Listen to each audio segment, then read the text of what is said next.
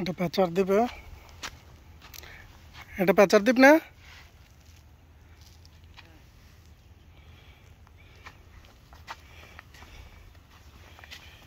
এগুলা কি আপনি লাগাইছিলেন? এটা আপনারা লাগাইছিলেন? কত বছর আগে লাগাইছিলেন?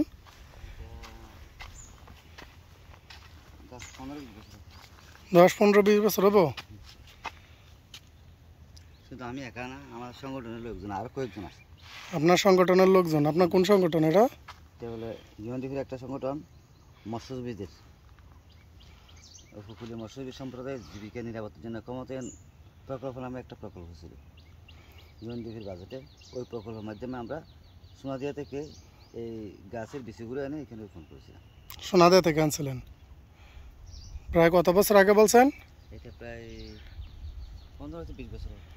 15-20 বছর আগে? এ তো অনেক এরিয়া দেখলাম না? আমরা তো রোপণ করিনি, আমরা কিছু রোপণ করেছিলাম। আপনারা কিছু রোপণ করছেন, তো বাকিগুলো হইলো কিভাবে? এগুলা থেকে বিচি ছড়ে,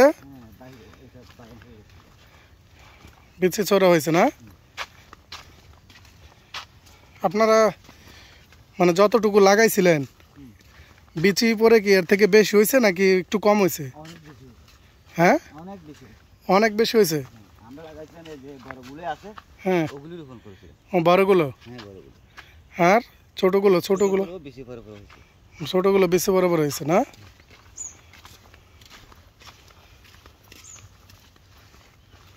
এটা কি মানে প্যাচার দ্বীপ বলেন এটাকে? প্যাচার দ্বীপ?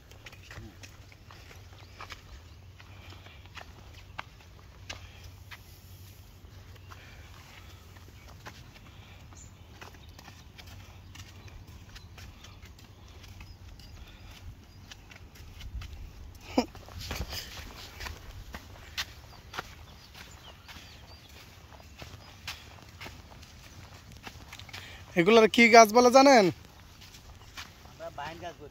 আপনারা বাইন গাছ বলেন। এটা কি কাজে লাগে?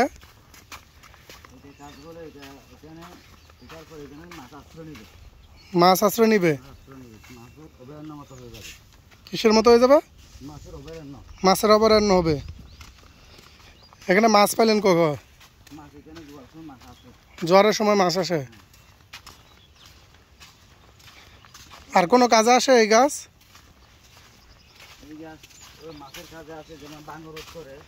ভাঙ্গন রোধ করে।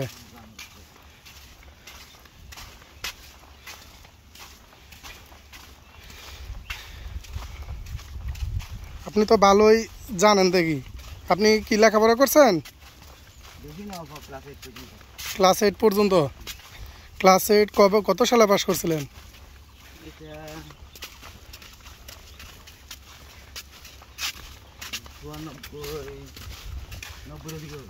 90-এর দিকে? 1990 সালে আপনি ক্লাস 8 পাস করছেন। এগুলা কি বিচি পরে হয়েছে মনে হয়? এগুলা বিচি পরে হয়েছে না? মানে ছোট ছোট দেখা যাচ্ছে তো, এই জন্য জিজ্ঞেস করলাম।